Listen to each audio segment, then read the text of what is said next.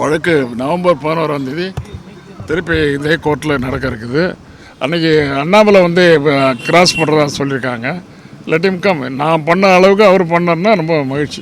எப்படி தமிழகத்தில் ஊழல் பெருச்சாளிகள் தொடர்ந்து நம்மை உறிஞ்சி பிழைத்து அண்டி கொண்டிருக்கின்றார்கள் என்பதை மக்கள் மன்றத்தில் வைக்கணும். நான் தொடர்ந்து அதை சொல்லிக் கொண்டிருக்கின்றேன்.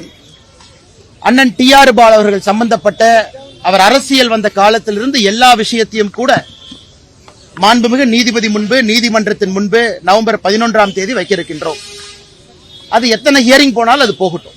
அரசியல் வந்ததிலிருந்து, சம்பாதித்ததிலிருந்து, குழந்தைகளை படிக்க வைத்ததிலிருந்து, குழந்தைகள் ஒரு நிறுவனம் ஆரம்பிச்சிருக்காங்கன்னா பணம் எங்க வந்துச்சு, இதெல்லாம் கூட அவருடைய கடந்த 40 ஆண்டு காலம் அரசியல் வரலாறு 1982 முழுமையாக கோர்ட் மூலமாக தமிழக மக்கள் முன்பு வைக்க இருக்கின்றோம். ஏன்னா நம்முடைய நோக்கமே 2023 ஏப்ரல் 14ஆம் தேதி இந்த டிஎம்கே ஃபைல்ஸ் வெளியிட்டதன் நோக்கமே எப்படி தமிழகத்தில் ஊழல் பெருச்சாளிகள் தொடர்ந்து நம்மை உறிஞ்சி பிழைத்து அண்டி கொண்டிருக்கின்றார்கள் என்பதை மக்கள் மன்றத்தில் வைக்கணும். அதனால்தான் நான் இதுவரை யார் மீதும் கூட மான நஷ்ட வழக்கு தொடுக்கல. ஆனா இந்த வழக்கு யாராவது திமுகவிலிருந்து தொடுக்க வேண்டும் என்று காத்திருந்தேன். அதன் மூலமாக பல விஷயங்களை நீதிமன்றம் மூலமாக மக்கள் மன்றத்தில் வைக்க வேண்டும் என்று காத்துக் கொண்டிருந்தோம். அதனால் நிச்சயமாக அதை நாங்கள் தொடர்ந்து செய்வோம். அதில் எந்த மாற்று கருத்தும் இல்லை.